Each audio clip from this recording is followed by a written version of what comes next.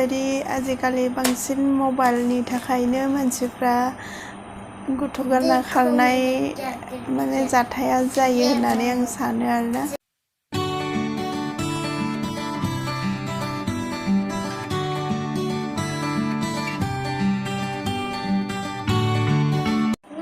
Hello everyone, welcome back to my new blog. लोगोफोर आं दिनै गोदान ब्लॉग लाना फैफिनबाय आरोना। ओमफ्राय आङो दायो मोनाबाय, दिनै फिसालाया स्कुलनिफ्राय सफैबाय आरोना। ओमफ्राय दायो होमवर्क खालामगासिनो, होमवर्क लिरनो होदों आरोना।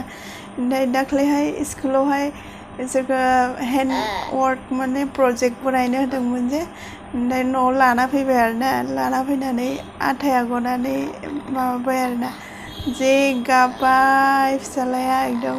बेखौनो एसे भिडिअ खालामना दोनदोंमोन आङो, बेखौनो दिन्थिगोन आङो दहाय।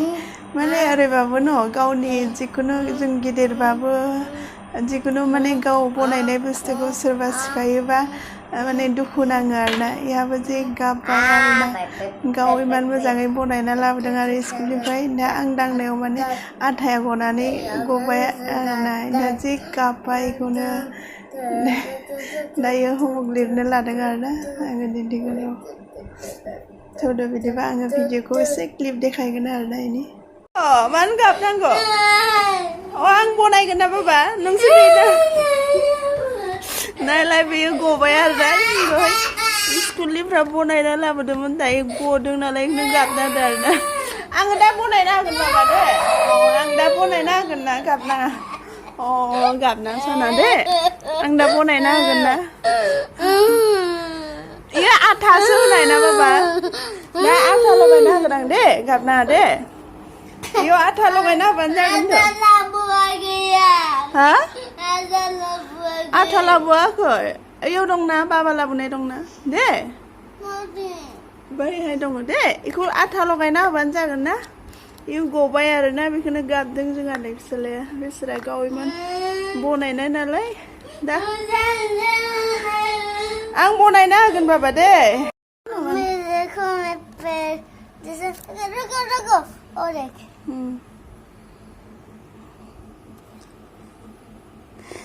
गनायनि थाखाय जि गाबबाय नै जोंहा फिसालाया बेसोरा।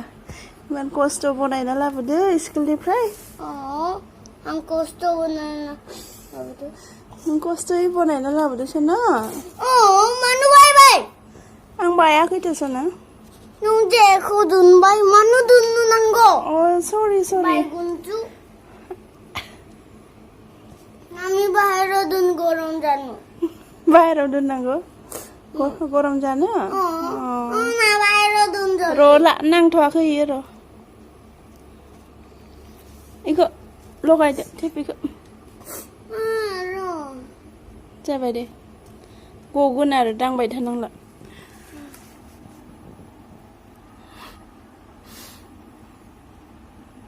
बेखौनो बनायना लाबोदोंमोन आरोना। ओमफ्राय माने बेयो गदोंमोन आरोना आथाया। बेखौनो जे गाबबाय कलम दोननो स्कुलाव। माने इयाव आधा लिटार बटल, दै बटल जे बेखौ लादों। ओमफ्राय इयाव दाग बाक्ला लानानै बनायदों आरोना फिसालाया।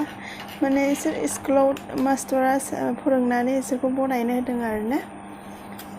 माने इसना बुधबार आरो सुनिबारै बेबायदि क्लास लायो आरोना, प्रेक्टिकेल। नै दायो होमवर्क लिरगासिनो। जल्दि बाबा होमवर्क लिर, होमवर्क। पेन्सिल मोजांजों लिरना। मम्मी पेंसिल को ये पर लग दो। दोनबाय दे। मम्मी वो जे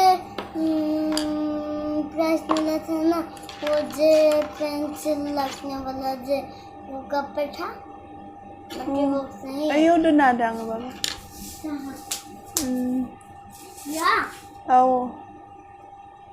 गावहा दाख्लै प्राइज मोननाय पेन्सिल होदो नालाय, बेखौनो सोंबाय थायो स्कुलनिफ्राय फैबाथाय। आरो बेखौनो लानोसै आरो एकदम जे खुसि मोनखादों आरोना। एकदम फार्स्ट माने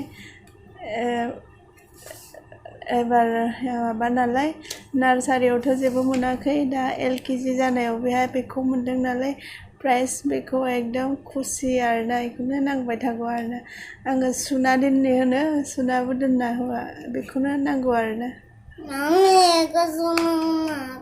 सुवा दे बाबा सुना दोन दे मोनसे ला दे उमुगा लिरथाब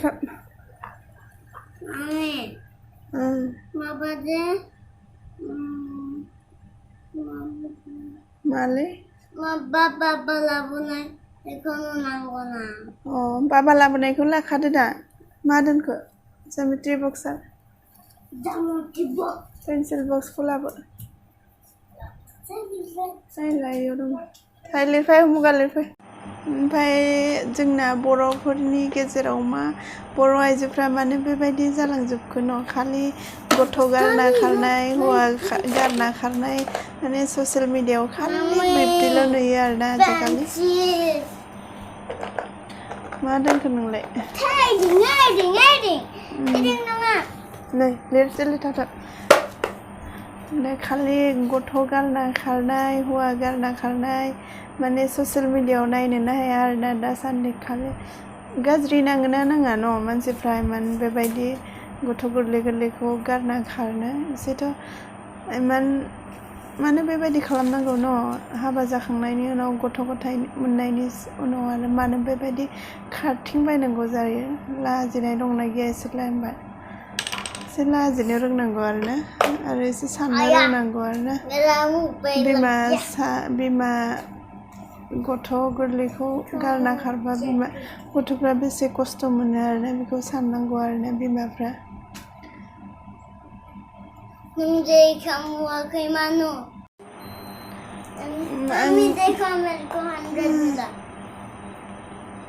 लेखो आं सानो आरोना बेफोरबायदि आजिखालि बांसिन मबाइलनि थाखायनो मानसिफ्रा गथ' गारना खारनाय माने जाथाया जायो होननानै आं सानो आरोना मानोना आजिखालि आरो गुबै जाहोनानो जाबाय उन्दै बैसोआव हाबा जानाय उन्दै बैसोआवनो हाबा जानानै बिसोरो उन्दै बैसोआवनो गथ' गथाय खांनानैहाय उनाव माने मोजांनिफ्राय मोजां नुनानै गावसोरबो सानो आरोना जोंबो गुबुनजों थांबा बेबायदि मोजां लाइफ मोनगोन होननानै बिसोर आरो बेबायदि माने गोदान हौवा नागिरो होननानै आं सानो आरोना नोंथांमोना मा सानो कमेन्टआव खिन्थाहरलाय माने आजिखालि ससियेल मिडियाफ्राव मबाइलखौथ' आरो बांसिन आजिखालि बयबो मबाइल नेट सालायनो हानाय मबाइल लायो नालाय बेखौनो मबाइलाव मालायनि लाइफखौ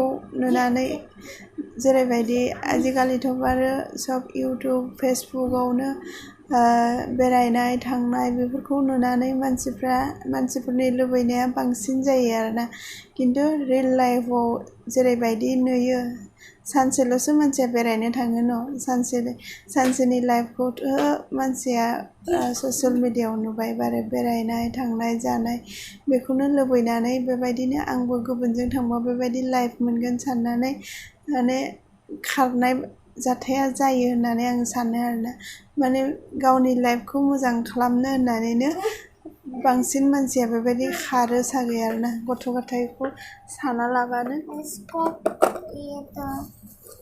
आरोना बेनो आरोना खिन्थु बेफोरबायदि जानाङा आरोना एसे साननांगौ मानसिफ्रा आङो बेखिनिखौनो माने बुंनो सानो आरोना बुंनानैनो मा लाब न गावनो साननाय सासे गथ' सासे सानैनि बिमा जानानै जुदि बेफोरबायदि साननाया गावनियावनो थायाबा जों बुंनानैलाय मा जानो आरोना बेखायनो लोगोफोर नोंथांमोना मा सानो कमेन्टआव खिन्थाहर बिदिबा आङो भिडिअखौ बारा गोलाव खालामला आरोना बांद्राय गोलावबा आरो बुंबायबो थाला बांद्राय गोलावै आङो भिडिअखौ बेखिनियावनो दोननाय जासिगोन लोगोफोर नेक्स्ट ब्लगाव लोगो मोनगोन बेनिफ्राय बेखिनियानो दिनैनि भिडिअआव आरो जायफ्रा गोदानै नायदों आंनि चेनेलाव अन्नानै बयबो आंनि चेनेलखौ साबस्क्राइब खालाम आरो लाइक खालाम शेयार खालामनानै हो आरो माबायदि मोनखो कमेन्टआव खिन्थाहर लोगोफोर अन्नानै नायसाबदो आरोना जोंनि ब्लगखौबो आरो आङो बारा बुंनोबो रोङा नालाय बेखिनिखौनो लोगोफोर माने गोबां खोथा सावरायनो सानो खिन्थु समबो मिलाया आरो भिडिअ खालामनायबो जाया बेखौनो आरोना खिन्थु ससियेल मिडियाफ्राव नायनानै हिन्जाव खारनाय गथ' खारनायफोरखौ नुनानै गाज्रि नाङो आरोना जोबोर लाजिनायबो मोनो बिसोरनि थाखायनो जोंबो बुंजानो गोनां जायो आरोना